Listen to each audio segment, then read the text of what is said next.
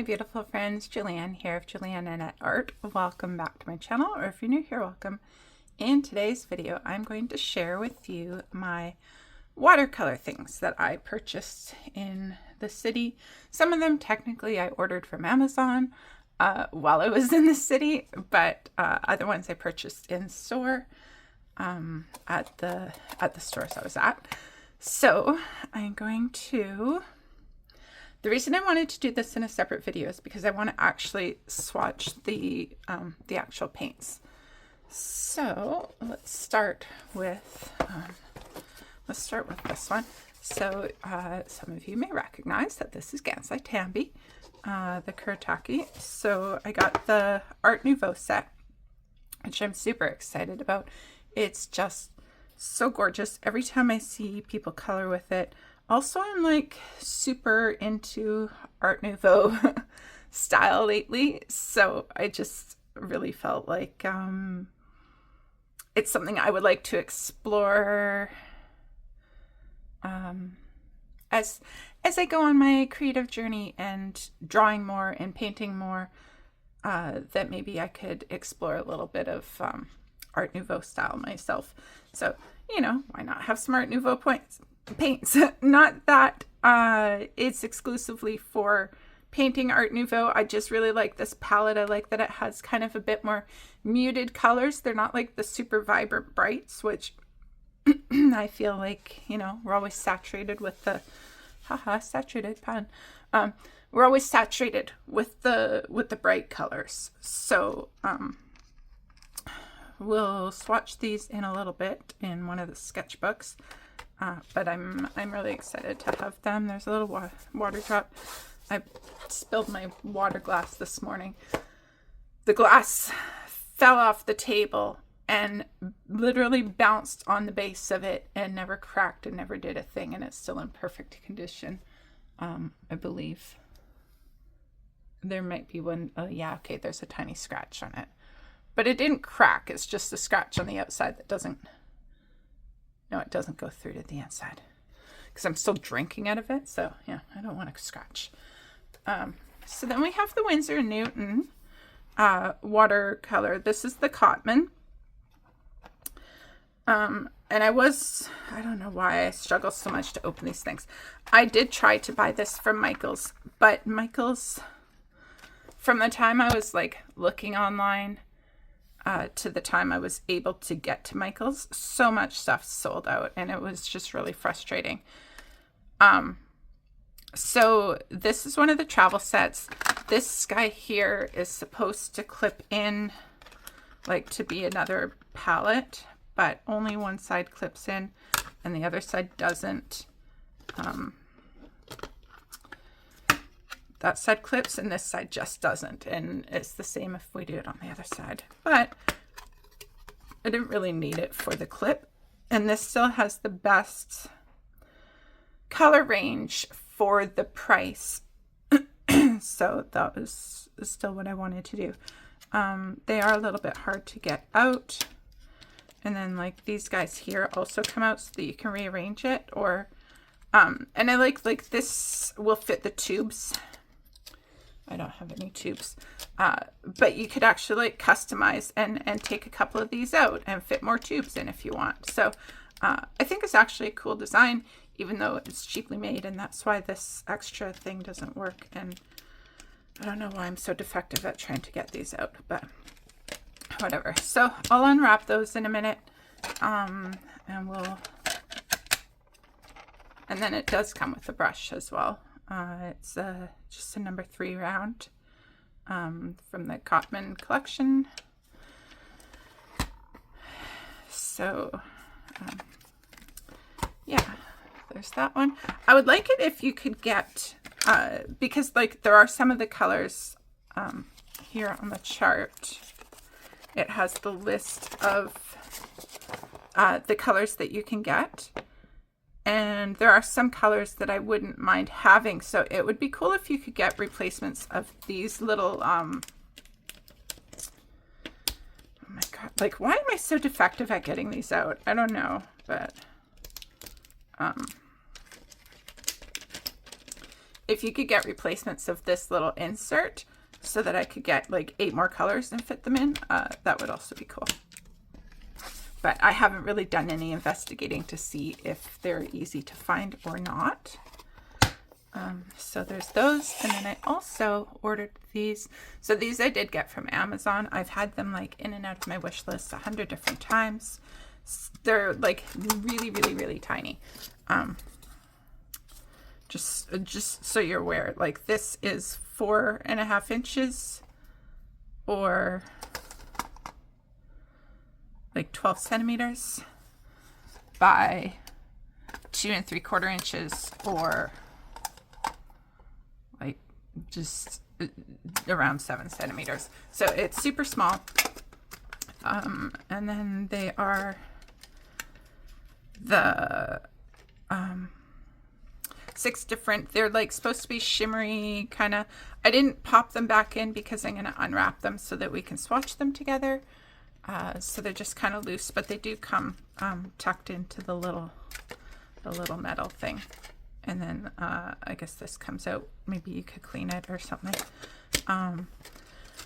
So we'll swatch those. That's it for the watercolor paints that I got. This does have like a little ring on the bottom as well. So if you're like holding it, you can hold it and use it while you're painting. I don't know exactly how you would do that. This is a set of watercolor brushes that I got.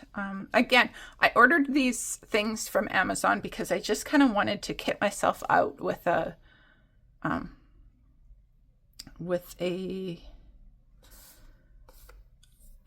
really good ready to go watercolor toolkit. So these ones seem to be like a good variety of brushes of different shapes, quite a few round brushes. Some of these, like this one's called the dagger, this one's called the cat's tongue, which I think is a really cool shape tip on that one. Like for doing flowers and things. I do see some of these bristles are haywire, so we'll have to snip those off right away. So yeah, it was just a good range of different brushes, including a liner. Was there another liner? And there's a flat one because I did want like a fairly big flat one for doing washes. And then a couple of these dagger brushes, which seems to be not just an angled brush, like they're quite a severe angle.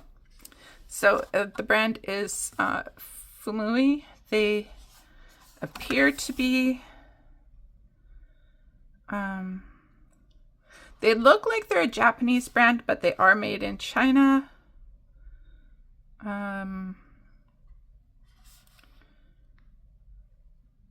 Yeah. 100% wood from well-managed forests. Got the FSC logo here. Other than that, yeah. But they do seem to be a good quality anyway, from what I can see from the reviews. I don't know. This brand has a ton of brushes on Amazon. So there's those. And then I did buy this from Michael's. I wanted a watercolor sketchbook that was like a decent size, but I didn't really pay attention. Like this isn't cotton paper. It's just, it's wood paper, double-sided cold pressed light grain heavyweight paper. But it's still just paper. It's not cotton paper.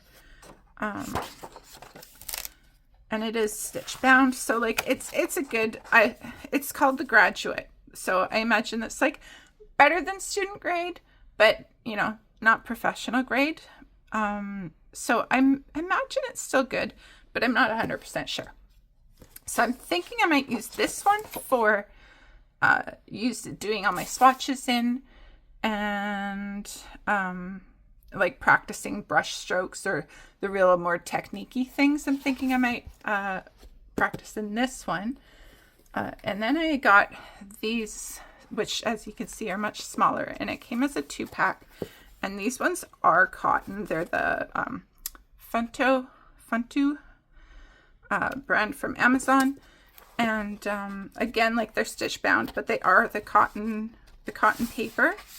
They don't sit and open as flat, but you can press it down to be more flat. Whereas this one, I think, does just kind of lay a little bit more flat on its own, but it's still not entirely flat. So, you know, I don't think, but these ones, the paper is much, much thicker. And as I said, it's cotton. So I think I'm going to use this for doing my actual, practicing the actual things. Like, so swatches, experimenting with what happens when I do this thing.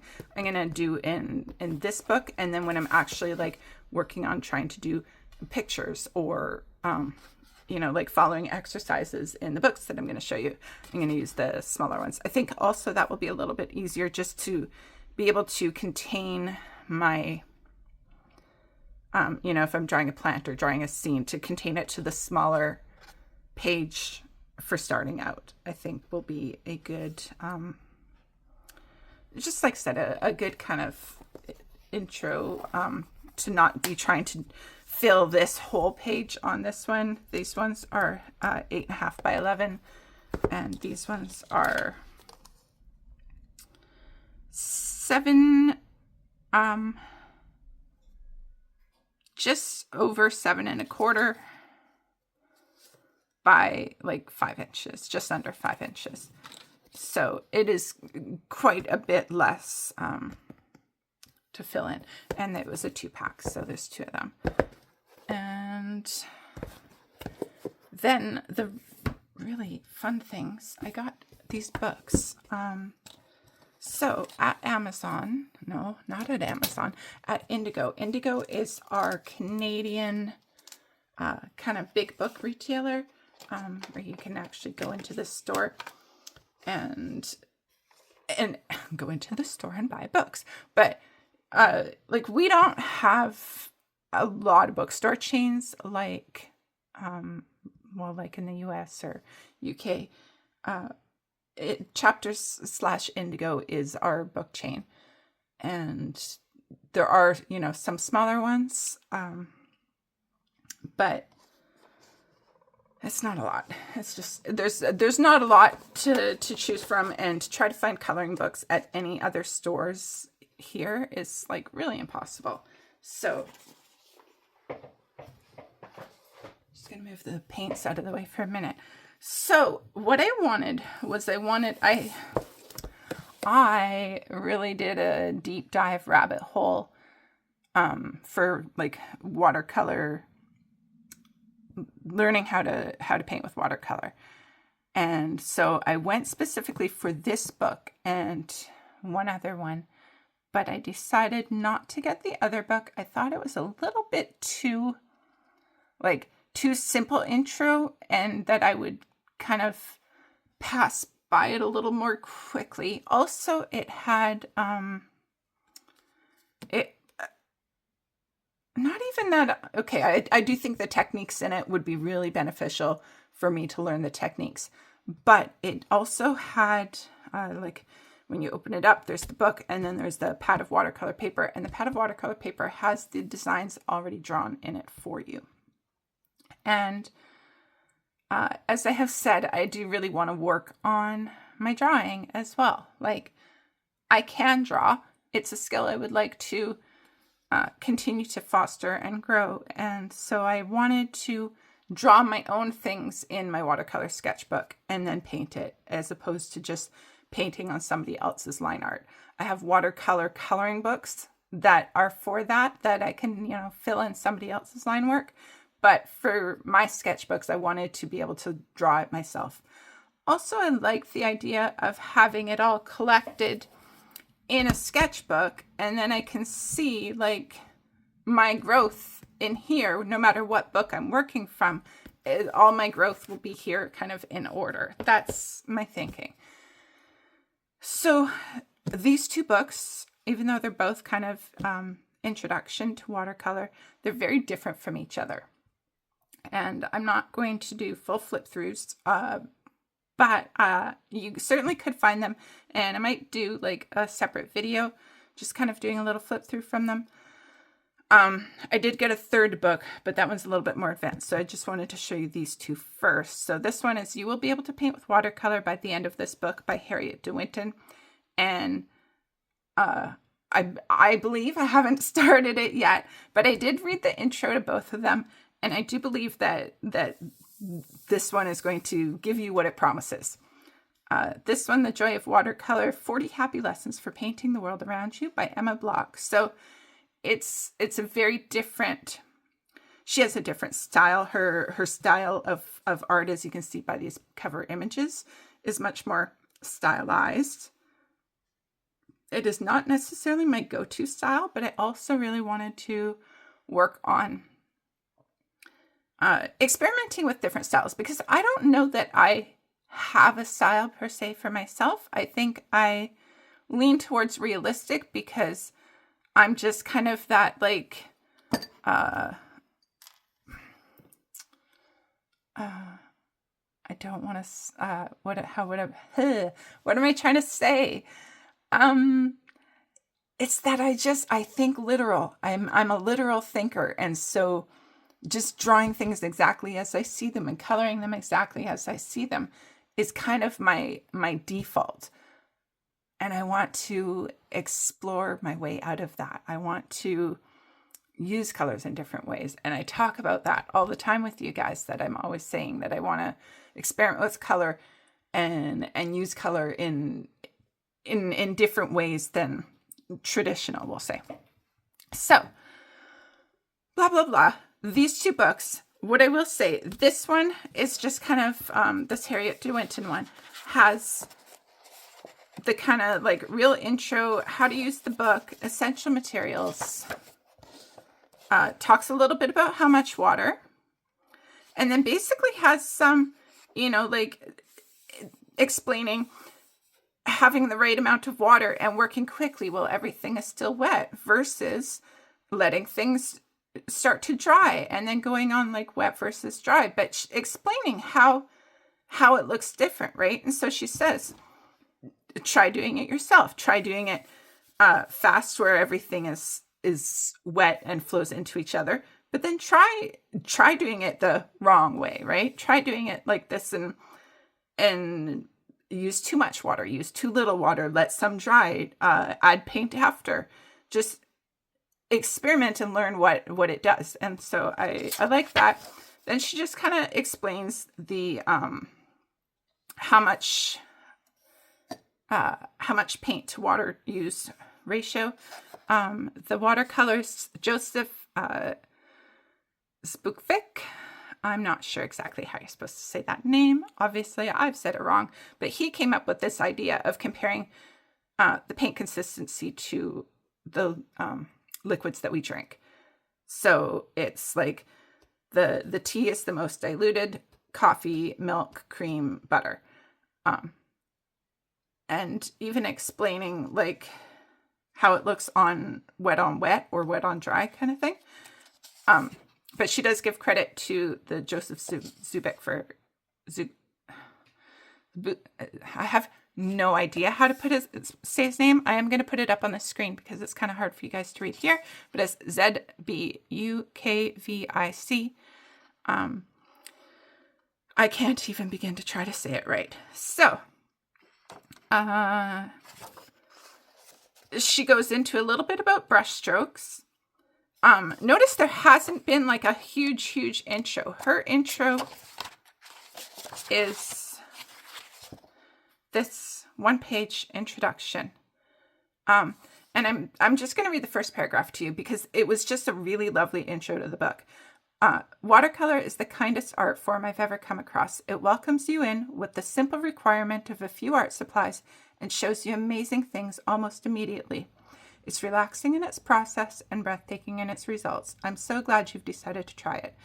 And that kind, gentle encouragement is basically what I feel through the, like I said, I have kind of flipped to a certain point, and that's what I get. That's the vibe of this book. It's just like kind, gentle encouragement, let's not dilly-dally. Let's not yammer about all sorts of technique. Let's just go in. Let's just start playing with color. Let's just put some paint on your brush and see what happens. And I love that. So we do have a little bit of like the how to paint, painting brush strokes, using your different brushes, seeing what happens when you try this thing, and a few things. And then she turns it into exercises, and then goes through the terminology, talks about the 3 primary colors, and then we're basically going right into a tutorial. And it's just like a, easy beginner tutorial. And she kind of adds the tutorials or the little projects in as you go, as she explains things. And so she doesn't just pile all the information on at the front. She kind of adds the information as you progress through the book, right? So we do this first tutorial of the seaweed, and then we talk about color mixing a little bit. And then we do a wet on wet colored flower tutorial using just the primary colors and learning to do our own blends. So that's kind of the idea with this book, is it just goes through doing lots of projects, but adding new techniques and new informations as you progress through the book. And so I think that is a really cool way of doing it. I think it's a really good, helpful way to learn, especially if you just want to kind of like dive into the actual meat of it. If you just want to get watercoloring, I don't want to read 30 pages of exposition before I just get to put a paintbrush to my paper. This is a really great book for that, because she does have you just right away getting some paint on your brush, putting it down, start playing, start experimenting, and encourages you to try doing these different things. Notice what happens when you do these different things so that you can learn yourself. It's not just like, do this flower this exact way. This is how your paintbrush acts when you have this much water versus that much water. When like she just really does encourage you to learn how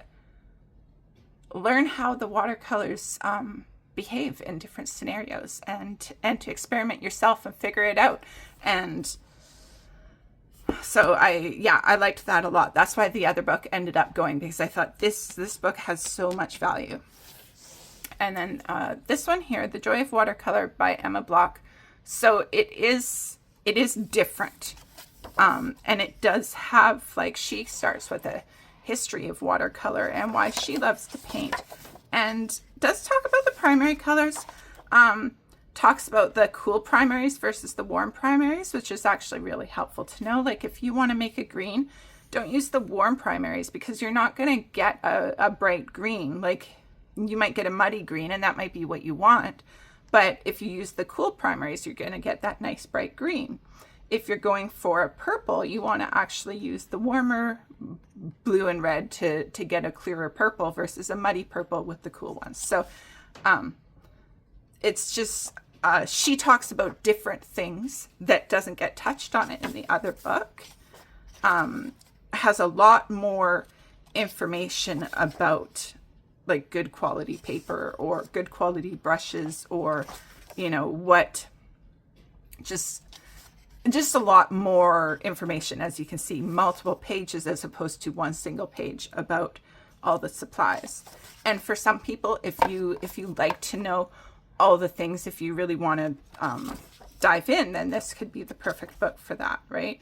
Then she does talk about color theory, but she goes into color theory much more in depth and before we even have touched a paintbrush, right? The other one, she just got us going with a paintbrush first, and then she jumped in on color theory. So, but then she does have, now we have a color mixing exercise, right? And you can play with the different colors. She also talks about blending colors. So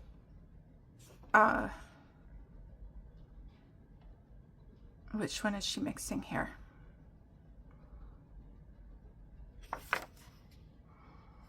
Oh, this is permanent carmine. And so mixing permanent carmine with different colors and seeing the variation that you can get. And I think this is a really important thing to do with watercolor as well, is to just kind of like play with the different colors and do a study with each color, which is what I intend to do in my bigger book where I'm going to do the swatching and things. Is I plan to do a lot of this kind of stuff too. Learn the blends that you can make and whatnot. So she does have like the color mixing exercise, talks about the wash, talks a little bit about like some simple things. I don't know if she's telling you to actually try doing this or not. Learning the wet on wet or wet on dry, right? And so, you know, you could certainly pick up a brush and kind of copy what she says, even though she's not really calling them projects. And then she jumps into the actual projects and has the instructions. We start with beginner, and in the really beginning couple, like she doesn't have pictures for a lot of steps, because really you're doing your base and then you're just kind of like adding the little details. But as it goes on, she does have pictures of the step-by-step process to do. And you do kind of draw yourself. This one is like a decoupage where you cut out the pieces and glue them on. So yeah, like there's a lot of fun projects in here. And then what I liked about this one is like she does start you out with the flowers. But then you kind of draw these other things that you might be afraid to draw, or that you might, and she does kind of give instructions on how to do the sketching, and like I said, kind of step by step. And you might want to jump between the sections, because like obviously painting that cart is more advanced than painting the pineapple, right? So the first section was flowers, and then we have fruit, and you know, you build on each one, and then we've got the fruit market. And so, you know, she also has you painting people. Then we're painting plants and little vines. I do love this little cactus garden here. And then we've got some scenes, which are just like really cute and pretty, but still kind of simple. So you can see like you would be learning a lot, right?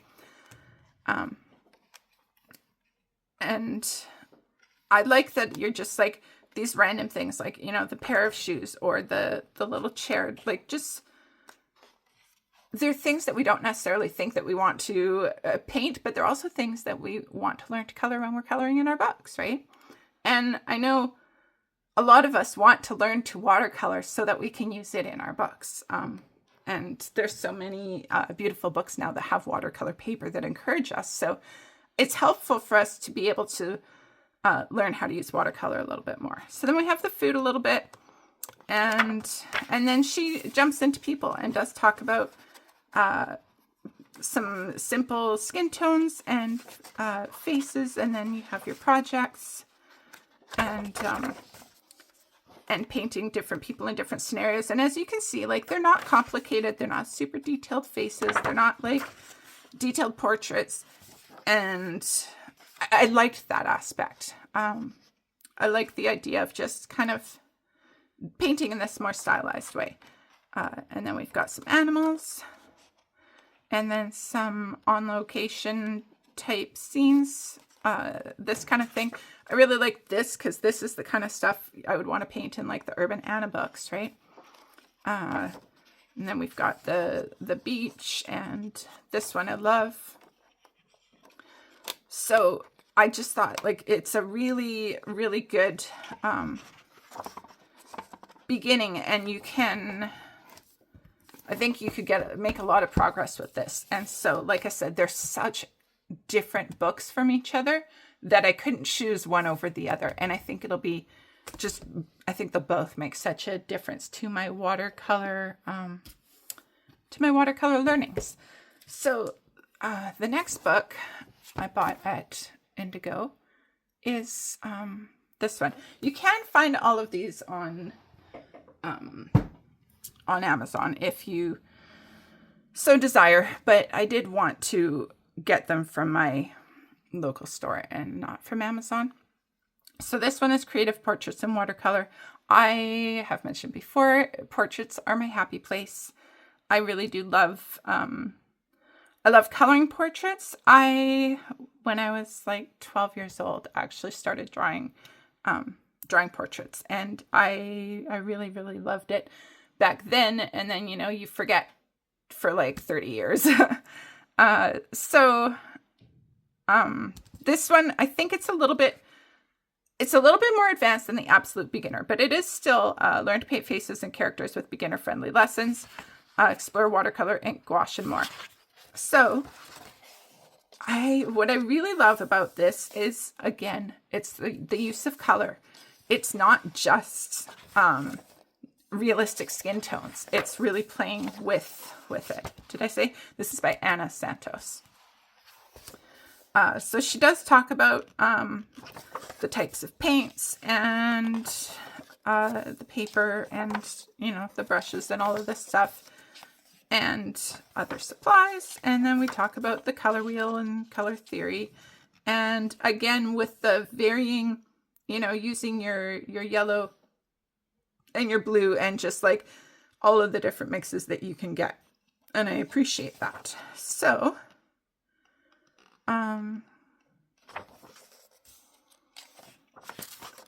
lots and lots of stuff about color theory and what,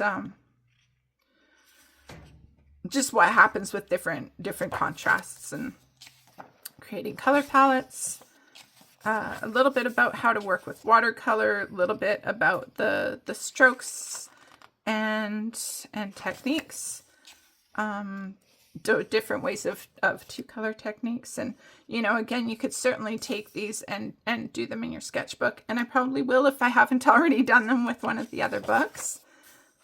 Different ways to do your gradients, explaining the transparencies, which is that like milk or tea, coffee, milk, cream and butter. And then talking about techniques for light areas, whether you're taking the color back out or using a resist. Lots of that. And so then she talks about contrast and taking your reference image and turning it to black and white, and then like turning the brightness way down so that you can really see where are the actual highlights, right? Like only just these bits are really visible when you turn the brightness way down. So that is really helpful. You know, the way that she explains the tonal values, then talks about proportions for the face and drawing, and actually has the quite a bit of instructional technique for drawing the faces. And then once you've learned the rules, learn how to break them and do different things, right? Do like caricature type things. And then talks about transferring your reference image. And then we get into the portraits themselves and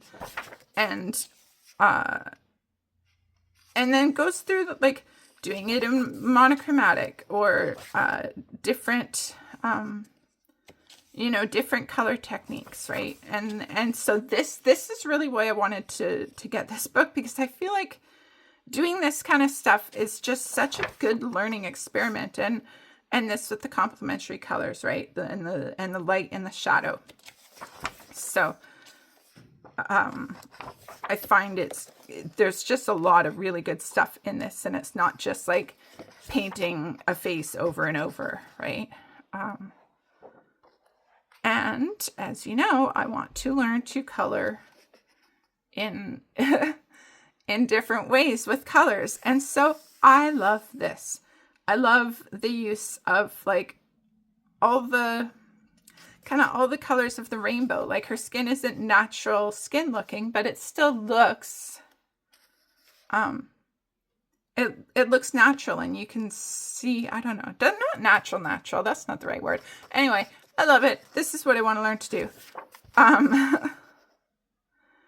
And then, you know, restricting your color palette, building on your color palette, and then a little bit of mixed media stuff,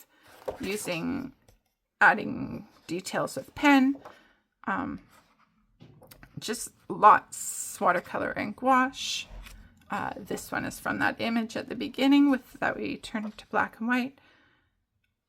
So I just feel like there's a lot in here that will help. And then also like exercises like continuous line drawing. Try drawing the whole thing just without lifting the pen, or drawing with your non-dominant hand, right?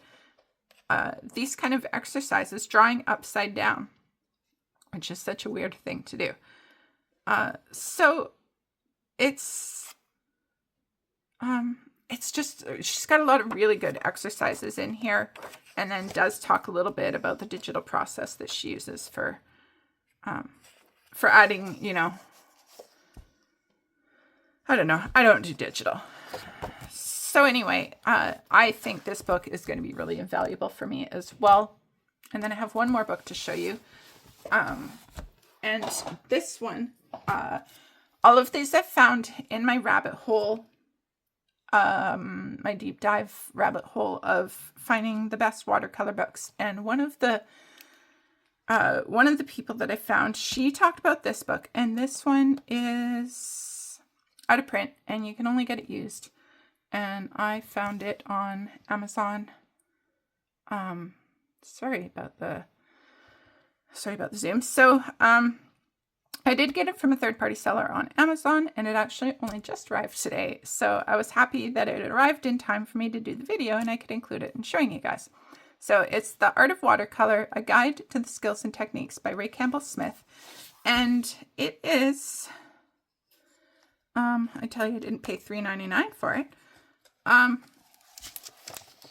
So it's more traditional. I just wanted to see,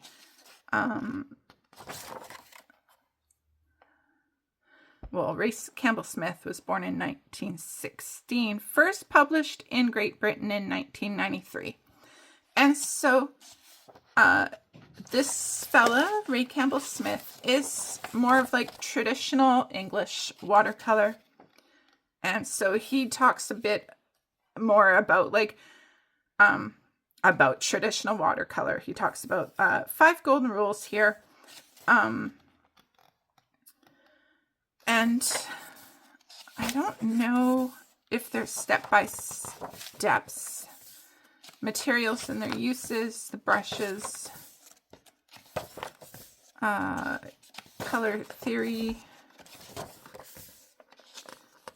Yeah, so we do have a little bit of like step-by-step demonstration, sketching in the buildings, doing the sky wash. But it's not like a super duper step-by-step. So like this is not for the absolute beginner. But this has a lot of things that I want to be able to do, like drawing the city things. I want to be able to go someplace and draw the building that's in front of me and watercolor paint it and have a little travel journal, even if I don't travel far, but just, you know, from my own town or from going into the city when I go see my mom. I just want to be able to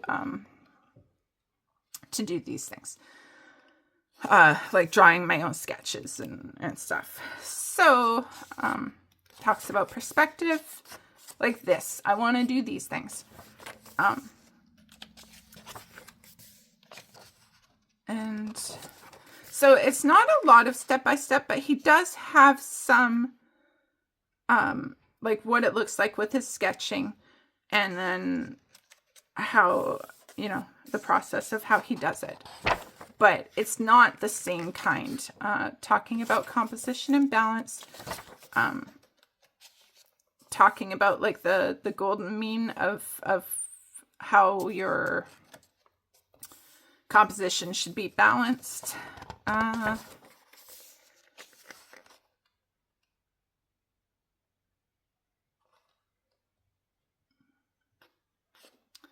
this one here talks about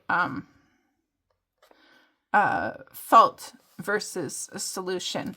Like this one has two competing centers because both sailboats are at the same level. So the solution is to concentrate on one center of interest and sacrifice anything else that might detract. So make the other boat in the background. This one, so like this is an interesting thing, and it's like you don't even realize why, but it's true. Like the fault here, the viewer's eye is drawn off the paper here by the sailboat because the sailboat kind of like leans this way, and so it takes us away from the paper. And so just the act of flipping the sailboat around brings us back into the center of the page, which is just, you know, an interesting thing. So here, the viewer's eye is drawn away from the center of interest by the compositional lines, which I assume are these little white lines that are supposed to, you know, add depth and dimension. The solution is arrange the painting so that all elements draw the eye toward the center of interest. Oh, okay. So like these lines, how they go off the page makes us not look at this. Whereas the path here goes up to the buildings and everything kind of leads to this. And even the mountain line leads to here and the bushes being right behind it, as opposed to everything being kind of off. I kind of feel like the old mythographics, you know, that have lots of ribbons through them all over the place. I feel like they ran this, like, it took you away and took you away from whatever the composition was, and whatever was supposed to be the main point, what you're supposed to be looking at, was hard to see in a lot of those mythographics. Like, so particularly the early ones that had all the ribbons all over the place. So anyway, stuff like that that's just really interesting and not something that a lot of the beginner ones talk about. So that is yeah, I just feel like it's a really invaluable tool to have, and I did get it for a good price also. It talks about washes, more about techniques,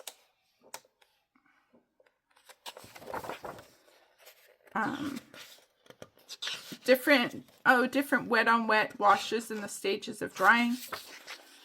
So exercises to try.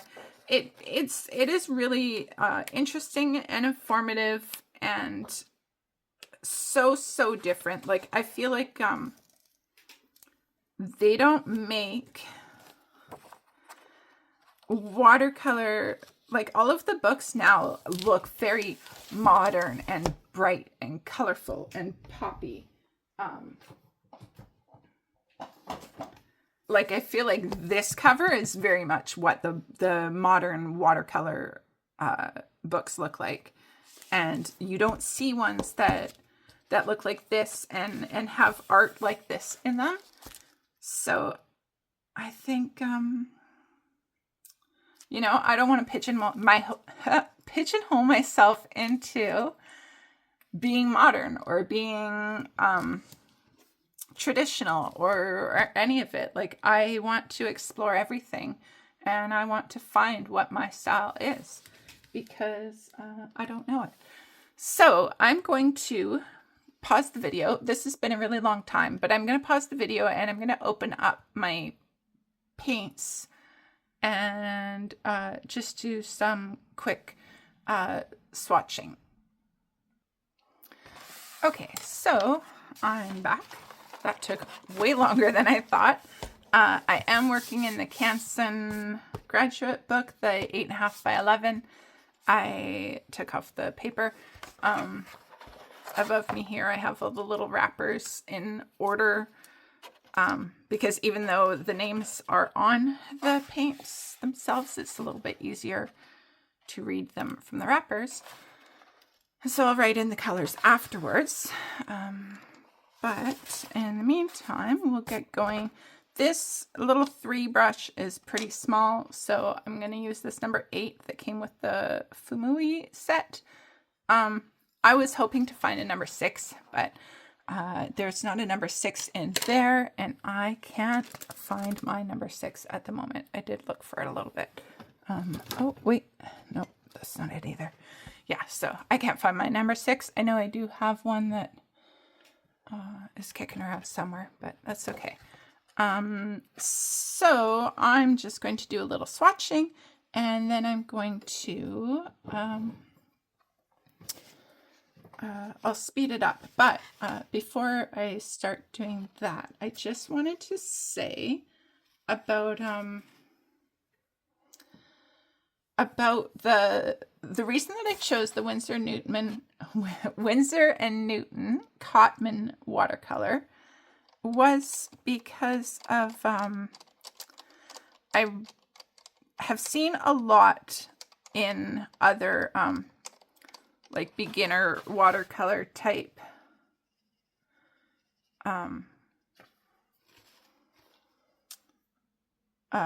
beginner watercolor type what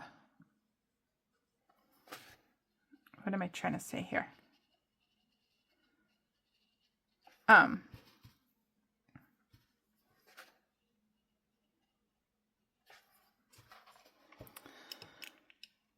In other beginner instructional watercolor, geez Louise, sometimes words are so hard to come out of the lips. I have seen other instructional beginner watercolor things state that the Winsor Newton Cotman watercolor are a really good place for beginners to start, where you're still using a good quality without like spending the money on the professional kind of thing. So that's what I decided was the right thing for me. And as you can see, I'm already not being consistent, but that's okay. I don't really care. It's just for swatching. And anyway, that's it. I'm going to speed it up now, and then we'll talk about it after.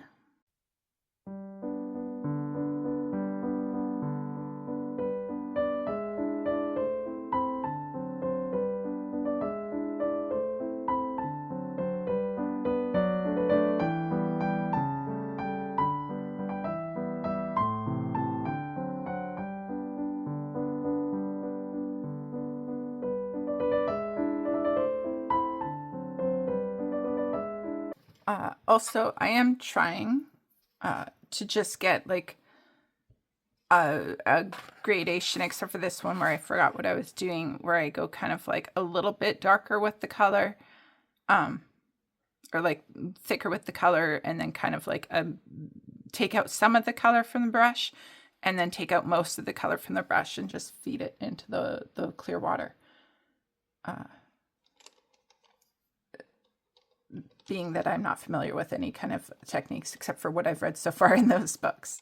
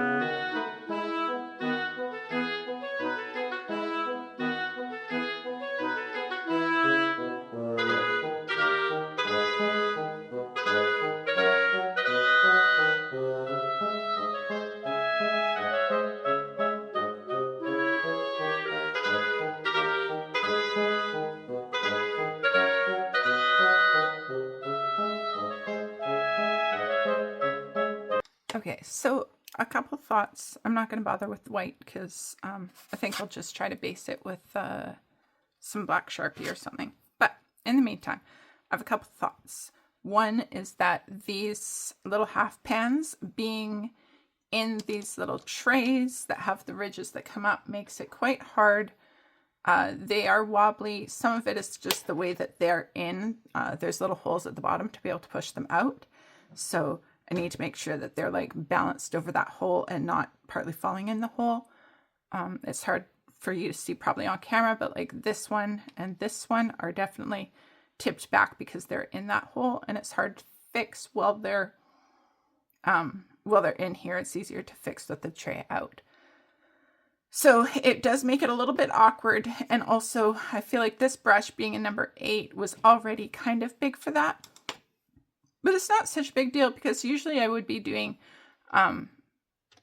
you know, washes where I put it in the palette to get the right amount of water and to have enough. So that would be totally fine for doing with the big brushes in there. Obviously you can see that I have blooms in my swatching because I'm not skilled or expert or anything of the sort, but I did try to get a gradient of like a higher concentration of color to a more watered down concentration of color. Some worked better as a gradient, some were more smooth. Like this is fairly smooth at the bottom. This one's kind of okay smooth. Some got really bloomy. That's just going to be trial and error for me. I had another thought. I was surprised at how similar the ultramarine and the cobalt blue hue were. And then these two, I feel like this is the Prussian blue. I feel like I didn't get enough of a concentration of it. That's why you saw me trying to get more color and dabbing it in there. But again, it's trial and error. I know some of them are more transparent than others. That's just the way it is. And then as far as the Canson graduate book goes, it is definitely buckling here, which I'm not surprised about. I did kind of expect, and that's okay. And that's why I chose this one as my as more of my practice one, like swatching, playing with the color blends, and not the one where I'm like working on my drawing and working on my actual pictures. So I'm going to set the Winsor Newton cotman set aside, and we're going to do the Gansai Tambis. And what I've decided for today, because the paper has to dry, so I'm only going to swatch these two, and then I will swatch the metallic one probably tomorrow, and then I might do like another fun, like just start swatching the other watercolors that I already do own. So we are going to do the Gansai Tambis now. Yeah, I'm not going to try to make these the gradations that I did with the other one. I think I'm just going to kind of see what comes.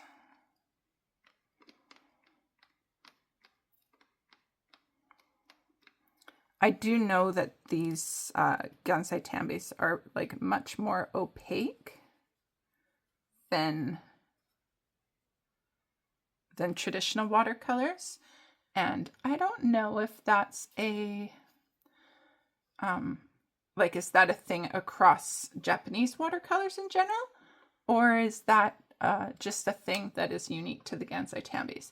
If you know the answer to that, I'd love to hear your thoughts in the comments, or even if you only have a guess to that, I'd still like to hear your thoughts in the comments. I may have one here, yeah. So I'm gonna just carry on with this, and I will speed it up and put some music on.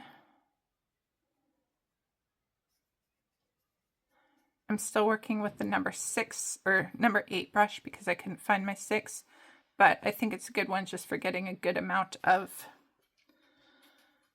pigment on the brush and water on the brush and just getting it all done in one shot.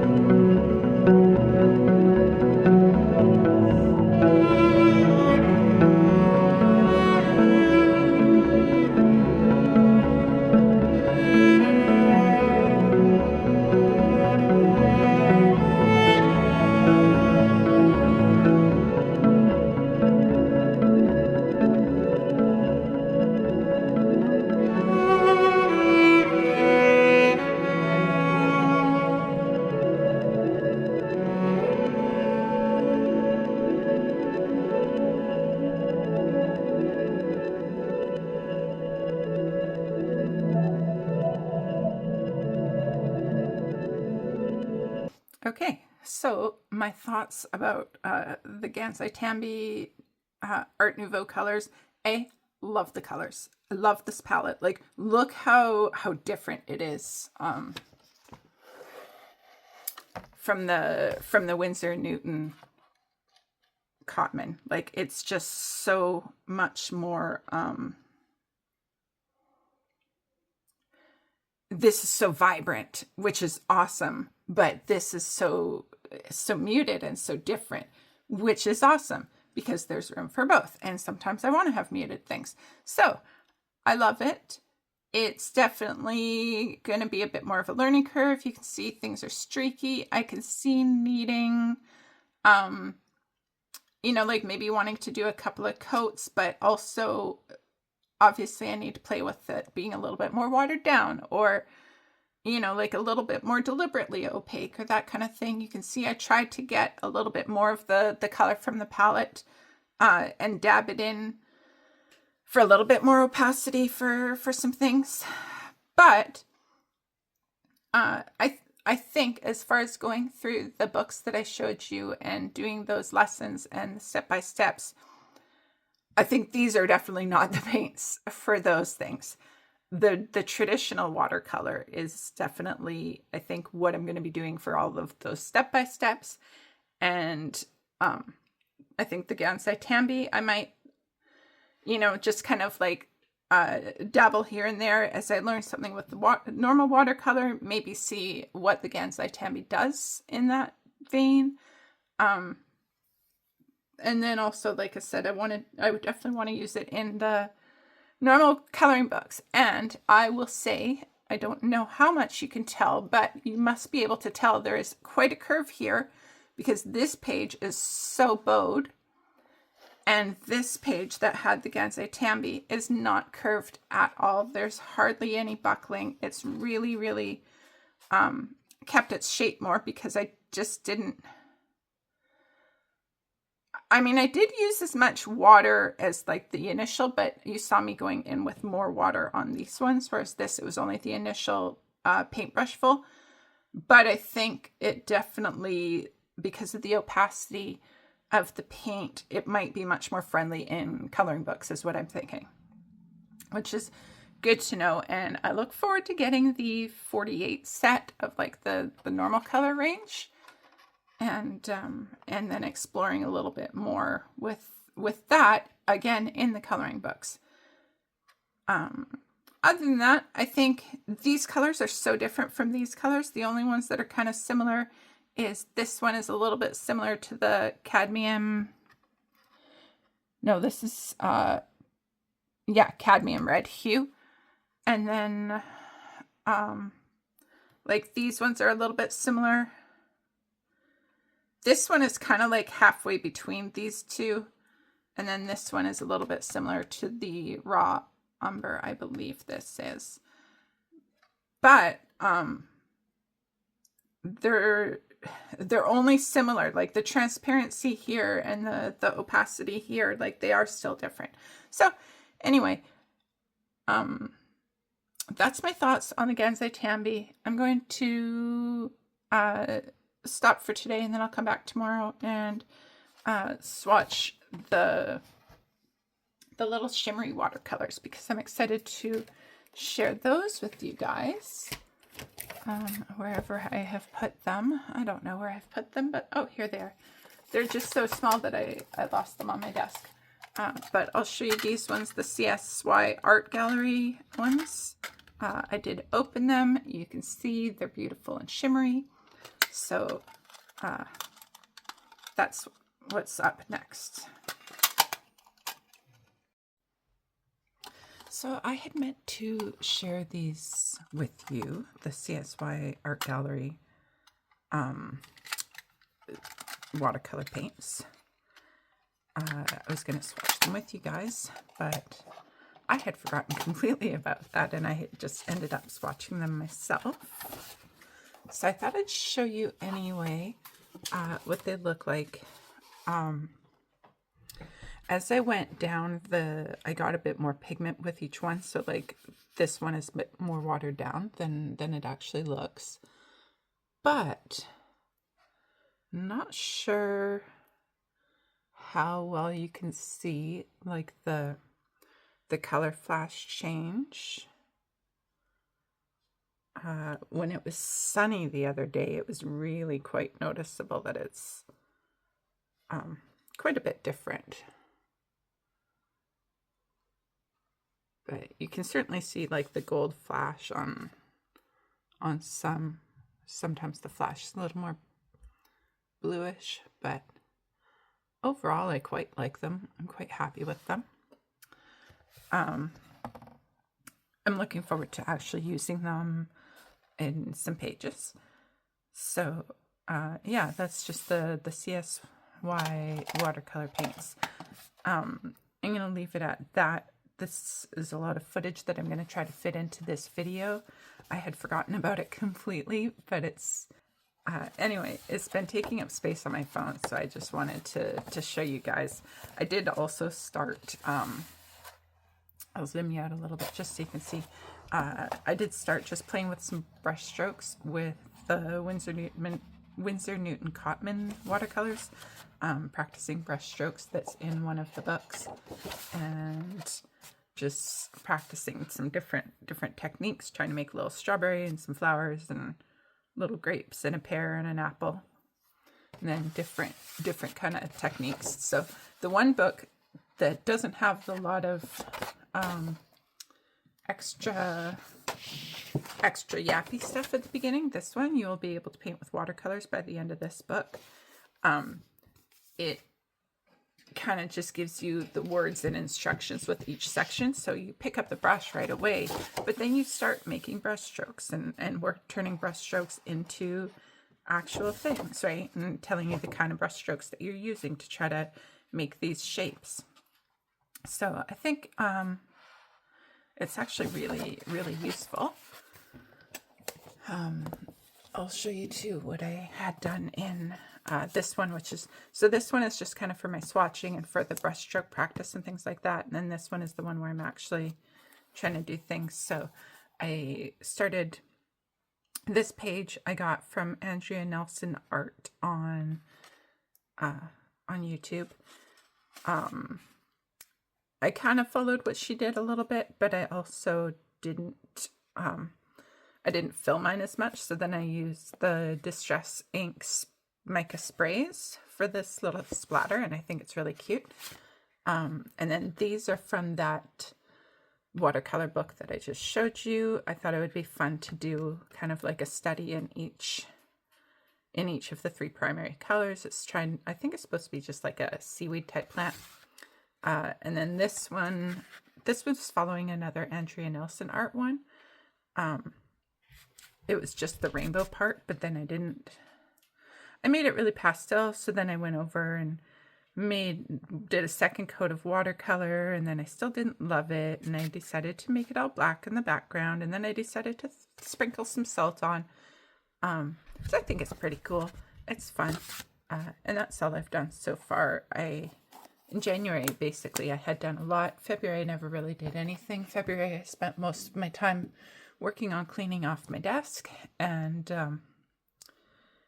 didn't get to color much either. So now we're into March, and March is all about just kind of following my creative inspiration and coloring what I want and doing what I want and playing with different mediums, and I'm basically not committing myself to doing a whole bunch. So I'll probably get back to the watercolor this month for March, but I don't know when, because I'm only following my creative inspiration. So anyway, that's it. Hopefully I can actually get this video up. It should be a long one, but I appreciate you guys watching, and thanks for sharing your time with me. And I'll see you guys in the next one. Be kind to yourselves out there. Bye-bye.